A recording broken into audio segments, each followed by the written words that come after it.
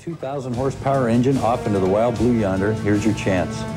Come along with us for a once-in-a-lifetime mission in an F4U Corsair. We'll learn all about what pilot life was like in the Pacific Islands and experience the intensity and dangers pilots found while trying to master the skills needed for taking off and landing on a runway aboard a ship.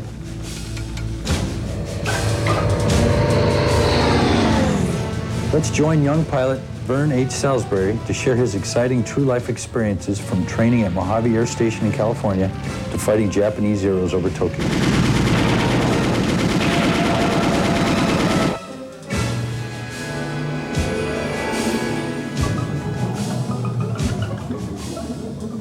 Before December 7th, 1941, young Vern Salisbury was just a patriotic kid who played taps on the street corner in front of the Elks Club in downtown Los Angeles.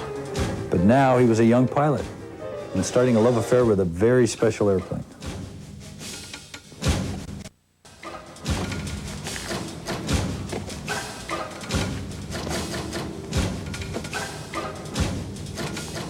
Like thousands before him and thousands since, the dreams of this young man lie in the promise and adventure of flying.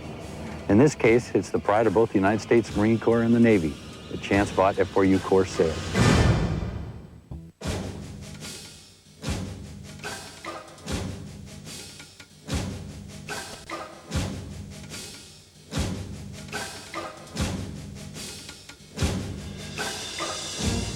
With its powerful engine and unique gull-wing design, this aircraft was unquestionably one of the best shipboard fighters of World War II. And as we'll see today on The Young Pilots, it took a well-trained aviator to tame this powerful machine.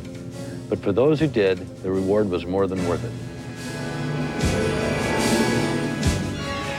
I was stationed in Mojave, California, still flying T-6s and Wildcats, when VMF 225 began to transition into the mighty F4U-1s with light blue and white bellies and birdcage canopies. They were brand new and beautiful, but they had some tricks to overcome. Finally, when we had 8 airplanes, enough for 2 divisions of 4 airplanes each, it was my turn. You need to memorize everything that's in here, but pay particular attention to the first half of the manual. This will tell you about your warm-up instructions, testing instructions prior to takeoff.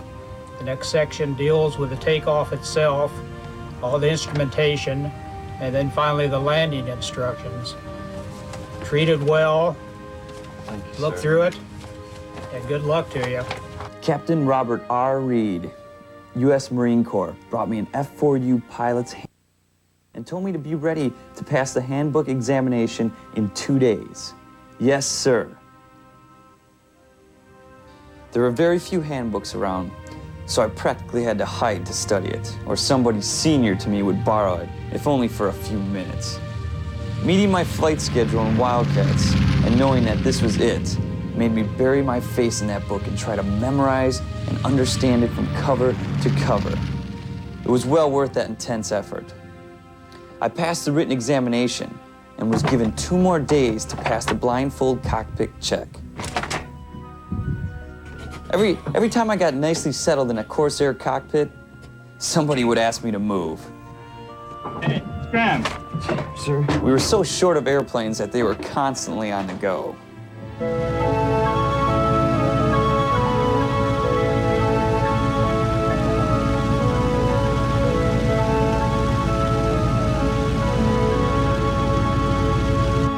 You see anything? No, sir. Huh? All right, here we go. I want you to touch each control now as I call them out. Fuel system controls to off. Here, sir. Okay. Emergency bomb release handle aft. Here, sir. Gun sight selector off. Over here, sir. Right there. There you go. Control tab operation.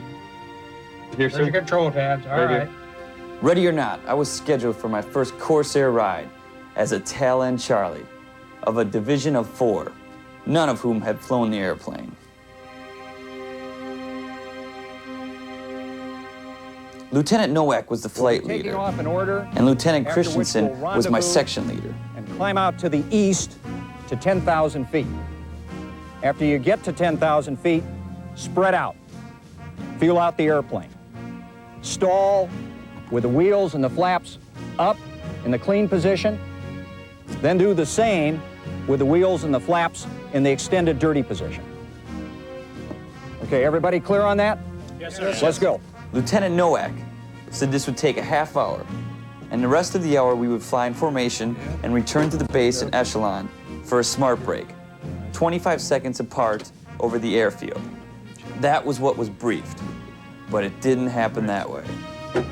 Bring back my plane in one piece. All right, thanks, Nick. We went out to our assigned planes, did the walk around, climbed in, cinched up the parachute and the seat belt and the shoulder straps. I started my engine and saw the others get theirs started. For Lieutenant Nowak, who used 5 shotgun shells before he finally got his engine started. Full prop.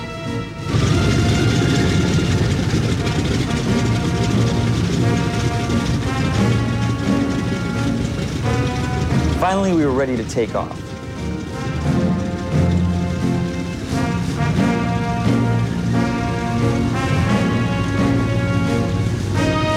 I was tail end Charlie again, so I ended up on a downwind side from the leader.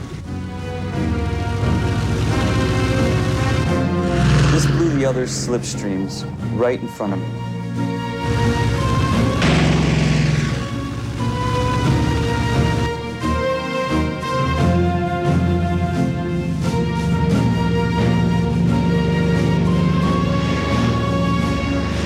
So I delayed a few seconds and angled toward the center line, expecting some trouble, but it was no trouble at all. I checked my mags. The pilot's handbook said the drop shouldn't exceed 100 RPM.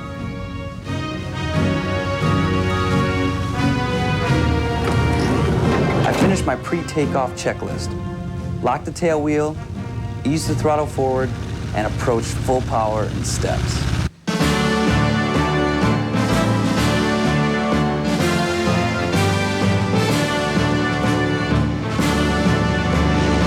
The heavier airplane behaved beautifully.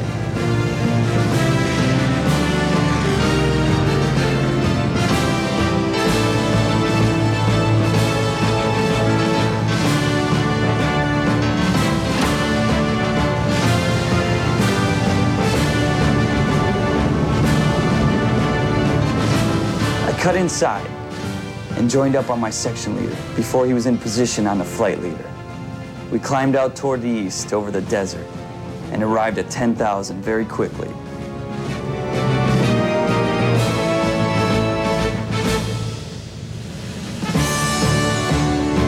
We spread out, and I went through the sequence as briefed, being very gentle with the airplane because of its reputation, and had no trouble.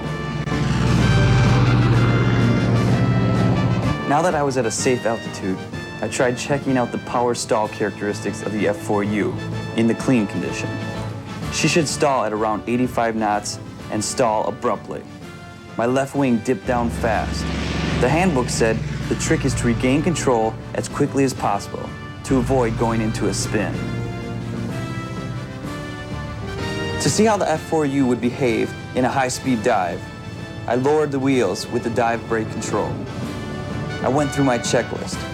Gear down, throttle, slightly open, mix in automatic rich, fuel tank on reserve, all flaps closed, and I was ready to push over.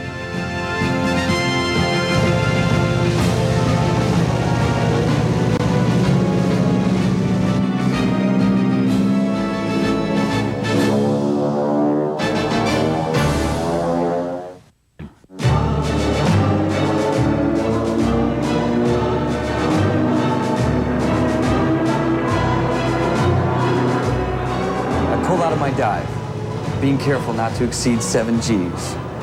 It was a real thrill, my first high-speed dive. Little did I realize how important this exercise would soon become. When I finished, I climbed up to 10,000 and looked around for the other airplanes, but nothing was in sight. So I reversed course back toward the base.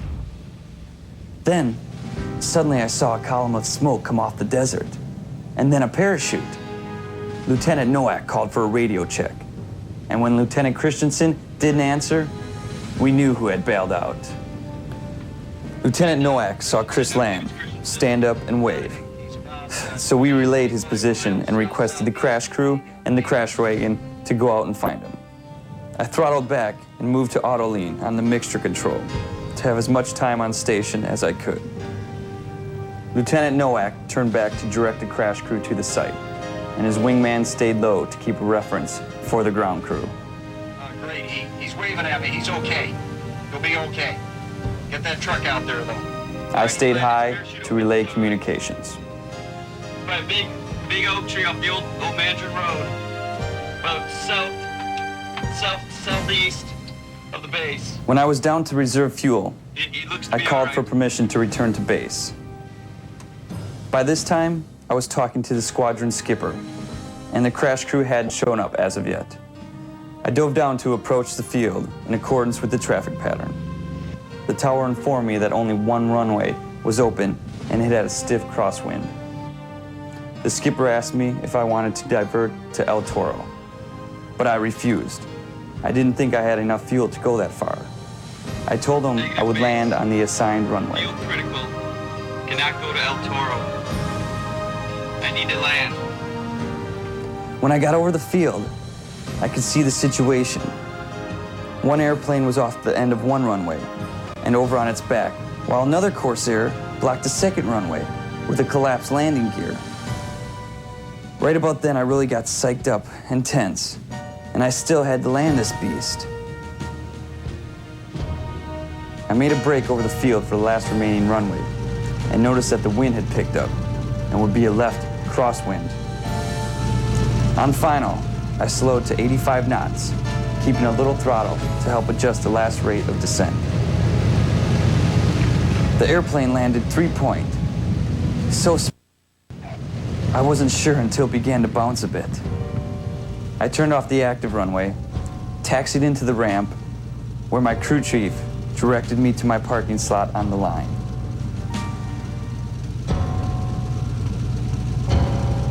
I climbed out of the airplane, anxious to see if Chris had made it back all right. To find out he had landed in the biggest cactus patch in Mojave. Had stickers in his butt, the crash crew had to track him down.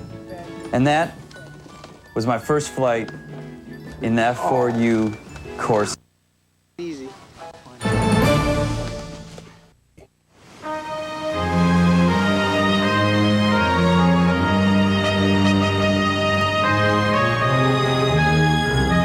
Our carrier, the USS Long Island, took us to Pearl Harbor, and we unloaded at Ford Island and flew over to the Marine Corps Air Station.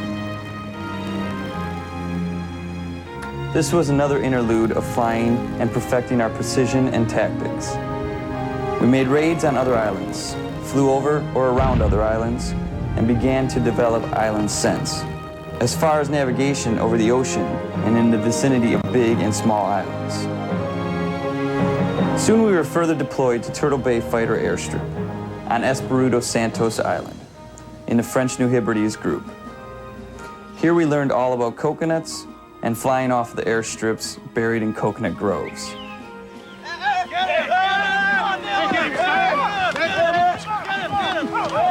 Both flying and getting jungle sense was challenging, but a lot of fun.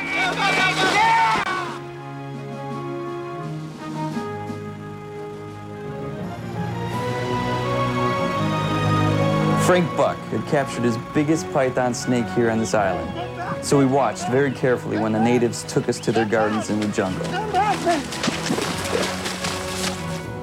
This wasn't a hot area as far as contact with the enemy forces was concerned, but one incident really shook us up. The movie was an open-air affair with coconut logs to sit on, like a drive-in theater. One night, we were scheduled to watch our gun camera footage, so everybody went a bit early to get a good seat. While waiting for it to get dark enough, they played the radio and tuned in on Tokyo Rose. Nobody was paying much attention until she said, "Hello, VMF 225. Your squadron commander is just taking his seat, and all the senior flight leaders are sitting down with him." Every head turned to look at the senior officers, and sure enough, they had just sat down. A sniper could have picked off a half dozen of the bosses. From then on, they never took front row seats at another movie.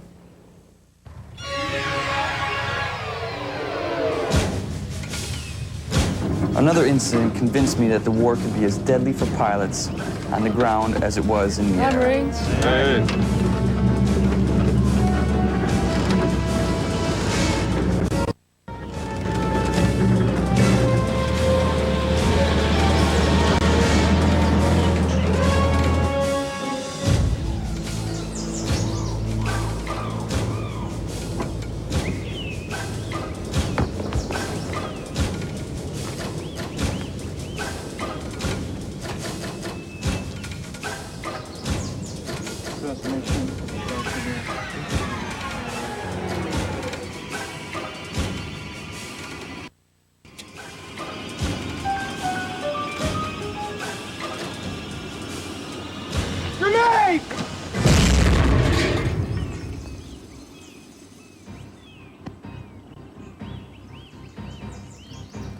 Security wasn't even good in my tent. One night I woke up to discover my case of coke was gone and on its way to some jungle village. Hey! The thief dived into the trees, Stop! Give me back my clothes! Come on! and I never saw a single coke bottle again. Then one fine day, the word came down that the U.S. Navy needed Marines and our Corsairs on the fast carrier task force to replace the Hellcats and the Avengers. Faster than you can say Jack Robinson, we all volunteered. The entire squadron went off to Mogmog, the island with the airstrip at Ulithi Atoll, aboard the USS Wasp as part of the fleet anchorage. After we were safely at sea, the word came out on the loudspeakers that we were headed for Tokyo. By the time the fleet arrived within 200 miles of Tokyo, we had destroyed several snoopers, and early the next morning, we're going to launch flights against a wide variety of Tokyo targets.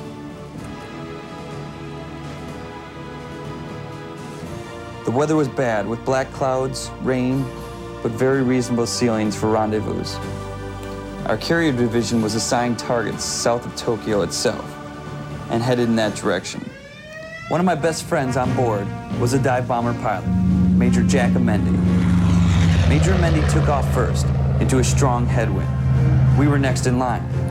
The Corsairs lifted off fast, and just a few seconds later, we're climbing up over open sea.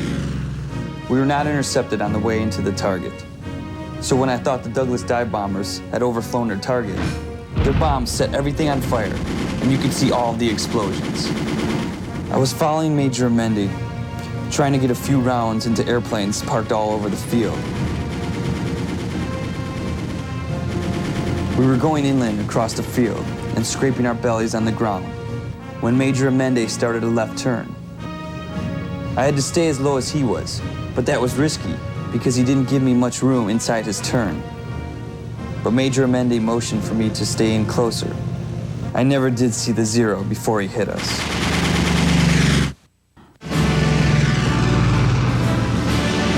Major Amendi's airplane was hit hard, and the second section leader's wing was shot up badly. My airplane was hit, but I only took one round. It hit behind me on the armor plate. I think it cut one of the radio cables. I saw the zero and went after him with full throttle and gave him a burst of all 6 guns.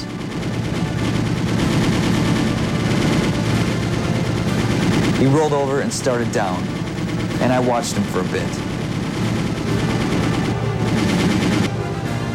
I was convinced he was finished when another zero crossed my rearview mirror. I turned toward him. Just then I saw some smoke out of the left oil cooler of Major Amendi's airplane, but it was in a level, very shallow right turn, so I thought he was still flying the airplane. This airplane didn't respond to the second zero, so I turned hard to take him on in front.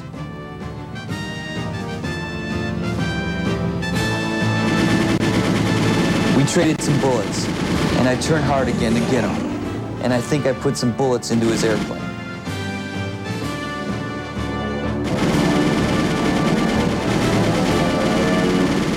I turned back to join the Major, who was headed out to sea.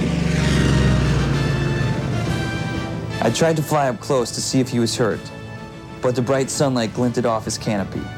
I started to cross under to the other side to see better, when I saw another enemy airplane start down toward us. Before I could get a look into his cockpit, I had to engage this plane.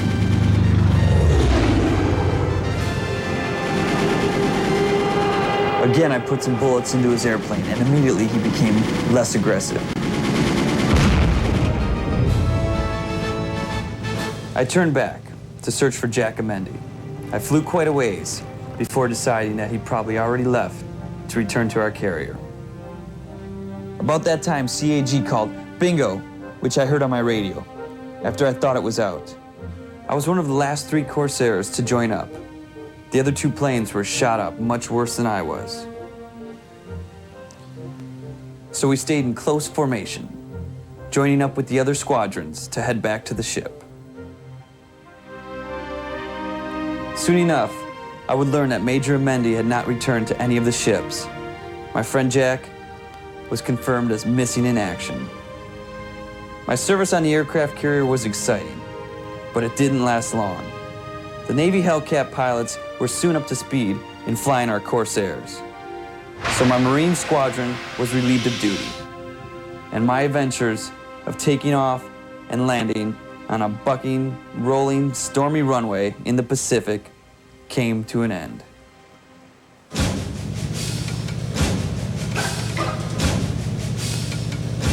The F4U looked the part of a deadly fighter, and later proved it, with its kill ratio of 11.3 Japanese planes to every Corsair lost in combat. The F4Us whistled, sometimes shrieked as they flew over. The sound was so unforgettable to the enemy that the Japanese called the airplane Whistling Death. The Corsair would go down in history as one of the most memorable and popular fighters of World War II.